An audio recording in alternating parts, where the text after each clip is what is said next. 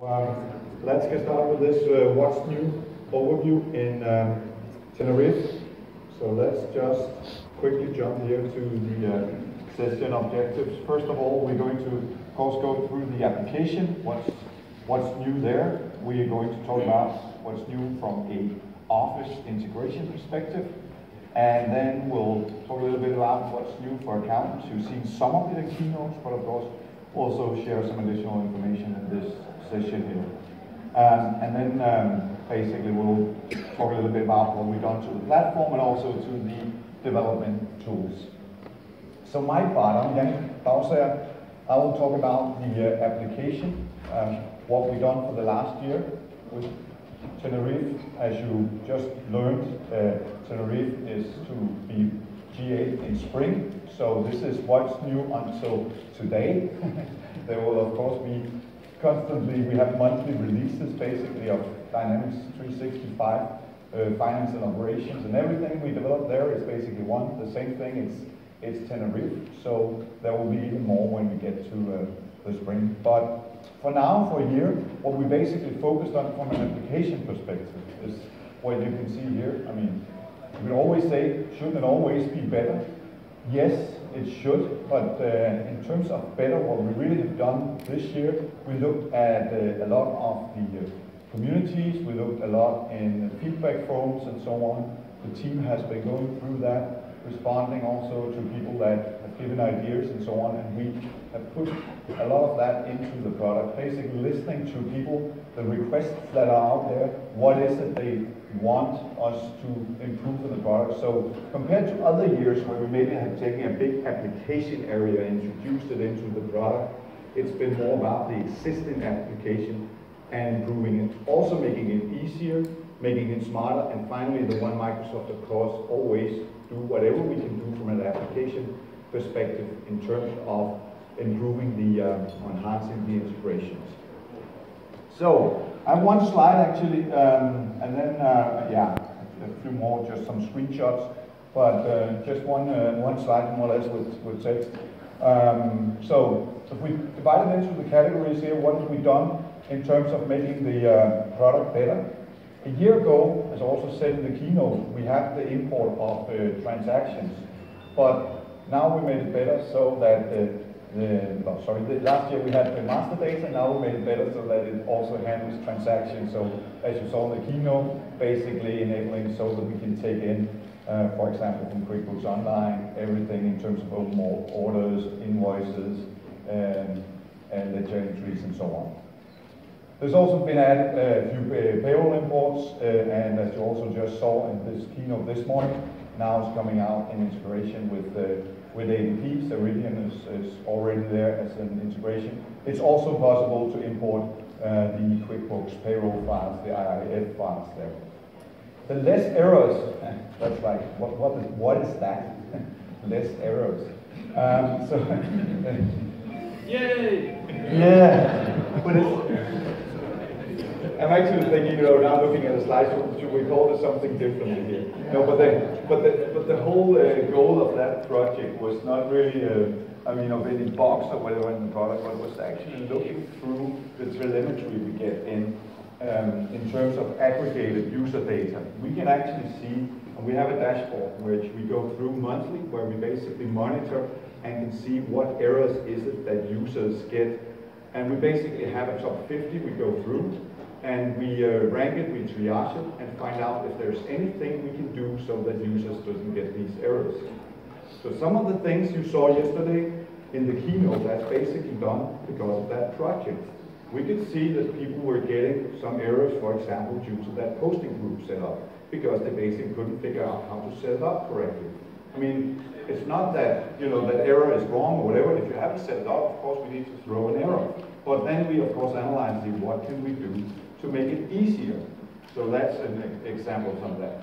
We have in these dashboards, we can see also if it's the system that throws the error. It could be a web service that do a wrong call, whatever, that slows down the system. So of course we can sit and monitor that and fix these endpoints as well. But it's really about looking into what are the users getting on their screen. We've also done improvements to the setup data. That's not really something you can demo as such, but we basically improved the demo setup data so that when you set up a new company, there will be additional setup data in some areas where we could see that people struggle with some defaults. So again, if we can see that there are errors in a certain area, it could be either something we could change from a notification perspective, it could be something we could do in the setup data. Sometimes it's even about moving some fields around. Another thing that was improved, as you know, we have this integration to ReadSoft where you can send your documents and it will basically do an optical character recognition.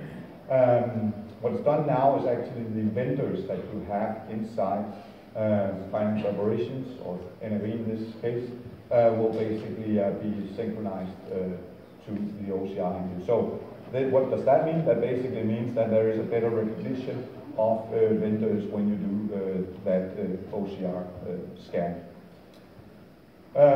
Employee ledgers, you saw that yesterday, and you actually just saw the account side. What we basically did was adding ledger entries, employee ledgers, so that you can do expense management. I'm going to show just very shortly that.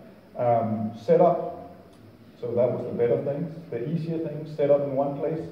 You also saw that in the keynote. We tried to put it in one place. We tried to put some structure in. We did it actually. We put some structure into it.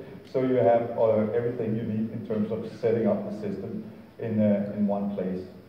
There's also minor things like this easier. The whole cancel and correct, you've seen that on invoices. We put that, one button. It creates the credit memos and do all the corrective entries.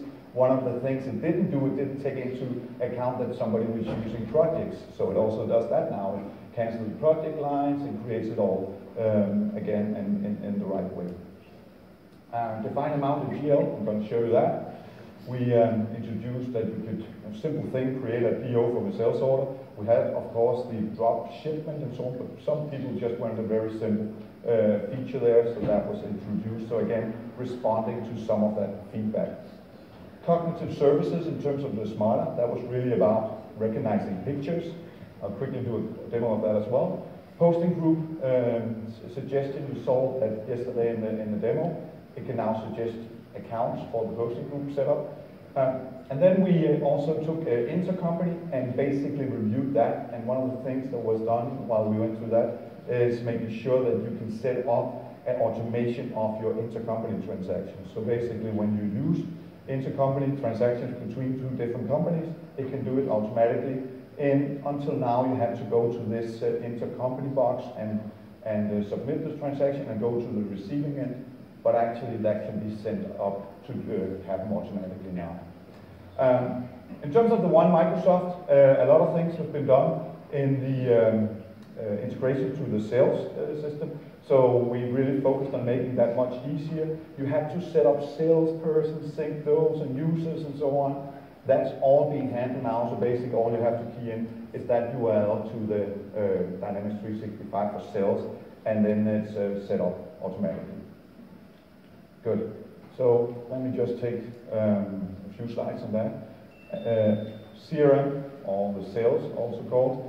Basically what you can do there, also setting up a full synchronization in the background. Before you had to wait for it, now it actually runs in the background once you connect to the system. And you can see it in one place what the status of the synchronization is.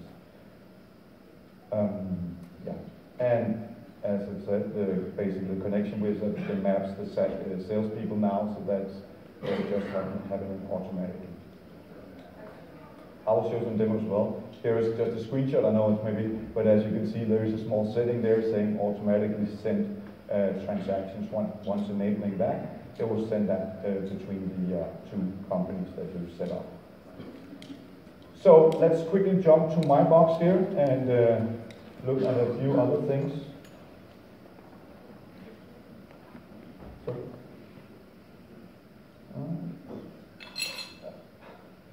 Okay. Yes. So, first one, just a quick run through of some of the small improvements here. Let me just see. Actually, let's do it another way. So this thing about always searching, let's go to setup here. Let's go to set up the new extensions. Let's go to the manual setup. Let's go to finance. And let me just see here. Manual setup.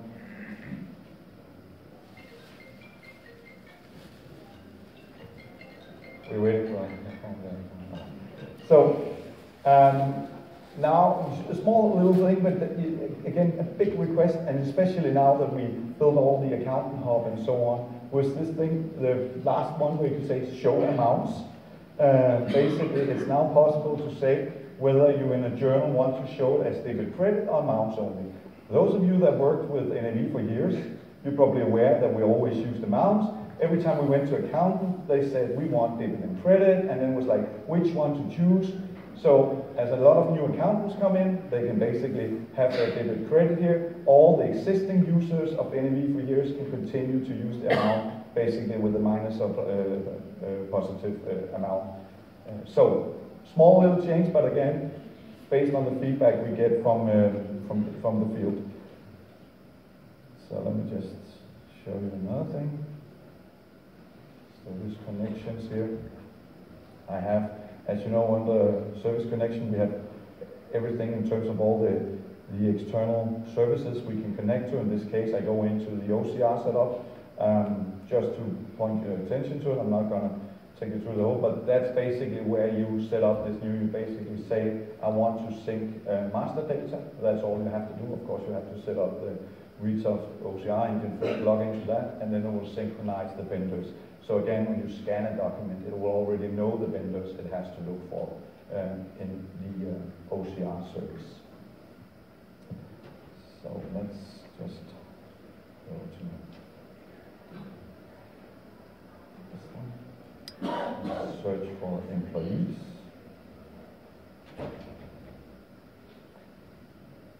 So we take a net here. So we have the employee card. One of the things added, I showed just the account type yesterday, but it's just basically ledger entries here, where you can then post and say, this employee has expenses of, in this case, the directions expenses of $1,000, and then when you basically pay that out, you can of course apply the payout entry to this.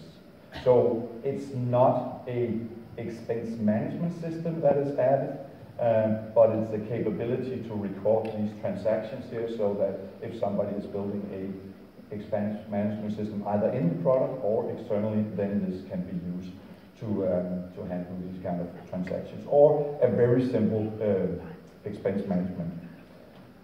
Then finally, I think that's, because we are 4 people that have to go on stage here, my final part is what we did with the cognitive services. In the keynote, you saw that we added it for pictures of people. We've also done it for pictures of items. And one recent change that we have added, it's just being rolled out now, is actually the possibility to train this engine yourself. I mean, people that sell maybe a nursery, selling plants, whatever, you can upload all pictures of everything and train it to recognize pictures of plants and so on. This is, of course, a generic training that it's using when I'm using just a standard setup. In this case, I have the picture here, and under Actions, you can analyze the picture. It will also do it like when I import it. And basically, it will then look for the categories I've set up, and it will try and suggest the best matches. Let me just view all attributes, because it didn't view all of them. It doesn't actually view those. I set a threshold of about 20%. So some of this, it couldn't really figure out, is it a dining table, is it a coffee table, is it a console or a work table or whatever, but it actually can see with 83% accuracy that this is a table. I could go and say that I want to say, no, don't use this one, ignore, and instead say that this is actually a work table and use as category. I could also set some of them as attributes, so it could be a table with the attribute of, for example, color or whatever. And if I want to have the text work table, I can just basically click here, or say, let's say one table. Then I can click add to the description here once I've selected that. So if I click OK here, then basically it will set up the work table. It will also add the attributes basically that is linked to a rectangle, in this case some width. So it actually figured out it's 200 centimeters. No, that was actually already there, by the way. Okay, good. So that's really what we've done in some of the examples of what we've done in the application. So the next thing is what we've done in terms of the office integration. Chad? Thank you, Yannick.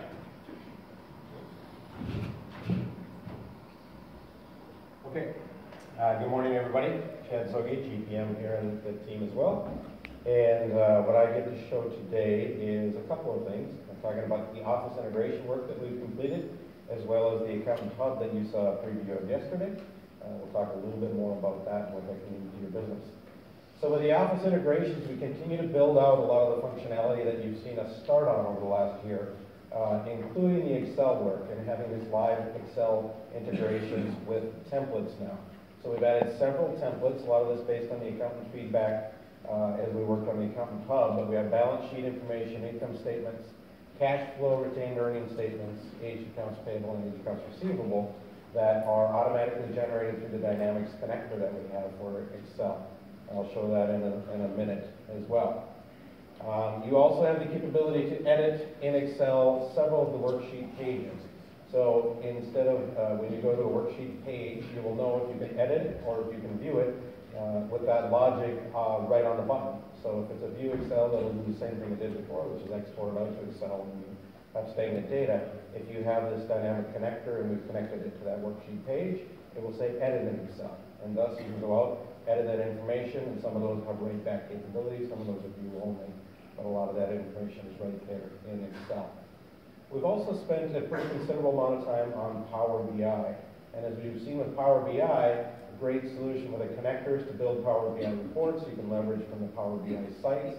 But we've integrated that into the home pages. We've integrated that into some of the fact box views on the right side of the screen with intelligence passing across. So as I have a customer list and I select a customer, we can intelligently put that into the Power BI query, embed it on the page so that you get the information particular to that customer. And as you saw in the keynote this morning, when Marco did that expansion of what the next generation UX will look like and how seamless that will be is pretty exciting as well. So this is a lot of the foundation for building on the next future of Power BI and how we're going to embed it. Speaking of embedding and going a little bit further, you saw some of the leverage that we do with other applications in the suite. Of course, we have the Outlook integration. We've built out further capabilities on Outlook integration with a contact card being available right within the Outlook add-in. We also have reminders that are showing up in the Outlook add-in. And some things I didn't list because they're not complete yet. Yesterday, what I showed with the ability to create quote and take that unstructured data from the email, make sense of it, and create a structured document. That's very exciting work. It's very challenging work, but we think the application that can have and the power that will provide to the customers is pretty remarkable. So we're actively working on that feature. That one will be coming out, and we will figure out how much we can decipher from that. Some of the challenges with unstructured data, as you can imagine, is if it's unrecognized, how do we handle that? So if a customer is requesting 3 items and we can understand 2 but not the 3rd, how do we elegantly handle that in a UI that the customer can then say, okay, I can pick from my list of items and I'll match that up manually. And those are some of the things that we're working through next on that feature set. But we've also taken a look at bookings. And I showed this yesterday. Bookings is interesting because it's for your clients that handle appointments. And it can be any service organization that handles appointments. But we see a lot of hairdressers. We see a lot of people that have not only clients coming to them, but maybe a landscaper that goes out to clients, can do a couple of different things. First of all, you can use bookings just to manage those bookings yourself and assign your service techs as kind of a light service management solution so that it'll show up in your in their calendar as an item that they have to go take care of, or a service they have to go take care of, along with the service line items there. But also, you can publish that out so your customers can log in and find it. And go back again to the hairstylist or the hair salon. If you go out for a hair service, you can, as a customer, log in to their site, choose the service you want, which then dictates the person that can provide the service as well as their calendar availability. and the block of time that you need. So you can self-serve appointments from bookings. But what we've done, we didn't build that solution, what we built was the capability to take all of those bookings and create invoices directly out of Tenerife. So let's put them into Tenerife as a list of uninvoiced documents, and then be able to invoice those out in a seamless way. That's available today. That's available in bookings, and that's available with the finance and operations that's in market. So I'd encourage you to go check that out if you have service organizations or service companies that need that kind of functionality. In terms of workflow, I didn't list them all here, but a lot of folks have talked a little bit about OData version 3 versus version 4. We've done a lot of enhancements to OData version 4. We have that as a read service right now. We're working on it as a write-back service as well. We're leveraging that across several of our integration points that you'll hear more about later. But it's also a key component to the flow work that we're doing. And so within NAV, of course, we have a pretty broad workflow solution. You can create as many customized workflows as you want. With the flow capabilities, we have extended and expanded out, and out of the box we have purchasing, we have sales, but it will recognize and be able to create any of the workflows that you need for purchasing and sales. And so you can do the normal things which you would expect to do, which is purchasing agent creates a purchase order that's beyond the threshold. It will automatically go to a manager for approval. But you can also start to do other things with flow, such as send text notifications. You can incorporate any sort of social media feeds if you're seeing some feedback and generate some action items, generate some flow tickets from there. So we have a baseline, and we started to say, how do we take our existing NAV workflows, expand them into flow and put templates in place. But it's really a think tank for you as a service provider, as a partner to these folks to say, okay, now let me take from there and leverage the full capability of flow because of all the different integration points that are available in flow and have that feedback in. So that's an exciting opportunity. With the Excel templates, pretty straightforward, but you can see here on the role center of the business manager, these are the different templates that are available. So if you click on any of those, we will come out with a pretty good looking balance sheet. We think it's pretty good looking. You may want to personalize a little further from there, but that is all the templates that we have for Excel at the moment. As well, the edit in Excel functionality has been added to 15 worksheets, including the journal, or the general journal. And this is what you saw Yannick use yesterday when he opened up the general journal in Excel, modified some of the text, and pushed it back in and published it back into Tenerife. And so some of those are editable, some of those are not editable, but what you see on the right-hand side is an add-in that we built for Dynamics that takes all of the data, brings it out, and presents it in a way that you can view, modify, and if publish is available, click the publish button to write it back into the solution. I think we heard in another session I was in talk a lot about QuickBooks migration.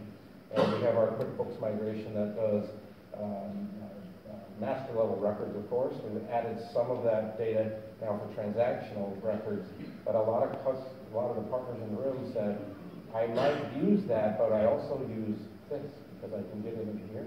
I can modify it, I can change it, I can make it look exactly like I want to, and then I can publish it back in as the records within the solution. So, very powerful solution. We'll continue to build out more templates, more worksheets, but I encourage you to look into that. This, again, the invoicing for bookings, it's a simple list page within Tenerife that shows you, of course, the bookings that have taken place in the past. It wouldn't make sense to show it yet because of the uninvoiced bookings. This is the ability then to go ahead and invoice them. What I will say is, even though they're in the past, if you as the business manager need to modify it because you see that one of those bookings, instead of 3 hours, you know it should have been 3.5, you can simply go back to bookings, change that, and within a second, it will show back up here with the right data before you invoice it. So you do have some ability to change that because it is dynamic service-to-service integration. But then when you go to invoice, you can simply invoice a single booking. You can take for a single customer and it'll consolidate all the bookings into one invoice, or you can click the invoice all button and clear your page pretty seamlessly. I mentioned flow and workflow. Again, they are not 100% compatible with what exists in Tenerife workflow versus flow. We did have to rebuild some of those to make them work the way we wanted to. We've got sales, we've got purchasing, we have 3 or 4 more that are in the works right now. So we'll have a pretty broad set around items and other areas. But what we're doing there is we are replicating what we do between Flow and Tenerife. So they will stay consistent. They will honor the thresholds that you put in the system, which means you will get records that get locked. We won't be able to continue on with a purchase order if we've sent it off for Flow for approval. And that took a lot of work, but that's part of what we wanted to be able to do, is to honor what you need to have happen within the ERP itself, which is just sending it off and it doesn't matter. So interesting to look into Flow and some of the capabilities there. Another area that I've been working on closely with our team is the Accountant Hub. And we talked about the Accountant Hub a little bit yesterday. If you are on the financials solution right now, update 7, update 8, we call this the Accountant Portal. It was our working name. I don't think we've actually landed on Accountant Hub yet as the official name. I'm going to keep pushing for it, but it'll be part of the spring release. It's in preview. You have the capabilities to go out through AppSource, add Accountant Hub. We'll spin up a viral tenant for you so that we don't impact your financials tenant. But you spin up a viral tenant where then you can connect and try this out with your customers or try it out in your own kind of test environment. The vision here is for those of you that provide accounting services, especially external accounting services, to your clients. How do we get this into a single format that you can see all of your client information? You can do some activities within the hub. We're not intending the hub to take and modify transaction records or create data entry points there, but you can run the reports that we saw in Excel. You will be able to handle some of the tasks and mark tasks complete, and we'll continue to broaden the feedback, or broaden the capability based on the feedback from you. So we're working with several of the folks already, several on the channel, to say what does this hub need to do. Primarily, we work a lot on provisioning as a service. So it is an application that runs on Dynamics Tenerife. It inherits a lot of the functionality of Tenerife, table sorting. Some of the customization capabilities that you saw presented yesterday will land here in this application as well. But it is a separate application, the way that we go to market. There will be company summary. So as you connect with your client, and today we have the capability of client inviting accountant. When you get that invitation in email, you click a button and now you're into their tenant as an external accountant user, and then that comes into your hub, so that's when you can see it. We're working on the ability for you as an accountant to invite clients and try to create that relationship that direction as well. So that's one of the future visions that we have. But that will bring in that client's information as well as each of their companies. So you could have a single client with multiple companies, and you'll see that in the Accountant Hub. We have company details, so we can drill one level deeper, staying within the hub, to see a role center in essence. We've modified it slightly, but to see a role center of that client and be able to analyze, take a couple of actions before you actually move out of your hub and into their tenant to do the work. View personalization, as I mentioned, we're built on Tenerife, so we inherit all the personalization capabilities, including adding columns, filtering, sorting, and some of the new modern experiences you see. We also had a cash flow forecast to the hub so that you can see what's happening with the cash. As we know, when we were focusing especially on the smaller market and the smaller mid-market, cash is king, cash is what they have to manage, and cash is where they hire the external accountant to make sure things are on track. And so we've spent time there. We're introducing a brand new feature across all of Tenerife called Task List. You can learn more about that in tomorrow's session on Accountant Hub. But Task List allows you to assign the tasks to different users in the system, have it show up as a task that is assigned to them that they need to take action on, have a recurring task. So as an accountant, I have to create monthly reports, or I have to sign off on the monthly reports end of every month, maybe quarterly reports. You can be auto-assigned those so that it comes up as a task and then you're notified of that as well. Again, the Power BI story. We want to embed Power BI in that, and then the Excel report templates. On the invites, I mentioned you can invite my accountant from a client experience. We're working on the invite my client in the other order. And then the other thing we really want to do is be able to list your services. So you saw some of the app source service introductions as well. We're working closely with LinkedIn. LinkedIn has something called ProFinder. I don't know if anybody in the room has used ProFinder yet, but that's a pretty slick tool. So we're working very closely with them to find an integration point that would allow a client to go out and say, I need an accountant service. I'm located in Orlando, Florida. This is the size of my business. I use Dynamics Tenerife, and it would show the top 2 or 3 accountants that are close by for that. So that would be something you want to get listed into. So we want to continue to expand that out. That'll be a phase 2 project for us, but it's definitely on the radar. And then within the client itself, we had to do a number of things. I mentioned user tasks. I mentioned the ability to have an external accountant. It's a free license. So you can have one external accountant on every instance of Tenerife for free. And then we did some consolidations. We brought that, of course, to Tenerife, but we also worked on assisted setup improvements to make consolidations an easier task. Again, not just for the accountants, but for the bookkeepers and financial people. And then some of the Power BI content packs. So this, I mentioned the customer invite. This is one that Jody had done before. This is as simple as it gets. The customer has sent an invite to Jody to make her their accountant. She receives a quite nice email here, clicks on the link to accept the invitation, and her AAD authentication or her AAD identity is synchronized to that client tenant as an external account. She has the rights to log in and work on behalf of that client, or she can use this link then to, where is it? Oh, somewhere there, down there you can see, use that link to associate the client to her hub, and we'll make that a more automated experience as we move forward. Both client and accountant have to be on Tenerife. Do both client and accountant have to be on Tenerife? Accountant has to be on Accountant Hub, does not have to be on Tenerife. So when you get invited, you will automatically then be in that client's Tenerife instance, if that makes sense. But you would not, as an accountant, have to be in Tenerife. You could simply save that hyperlink and navigate directly to the client's instance and just work on behalf of the Accountant Hub. But if you want the Accountant Hub, you'll have to go provision that and have an instance of Accountant Hub to do that. You wouldn't need to run your business on Tenerife though. You just need the Accountant Hub. So let's switch over to that box. I'll show you this a little bit again with some of the things that we've worked on and some of the things that we are going to be working on. So this is the question here on this is my Accountant Hub. You can see I'm Dynamics 365. Accountant Hub, these are the different clients. How did I get associated with those clients? Well, first of all, I could do a reload at any point that I want on all the companies and do a refresh or redisplay on companies. Each time I log in, it's going to have refreshed data.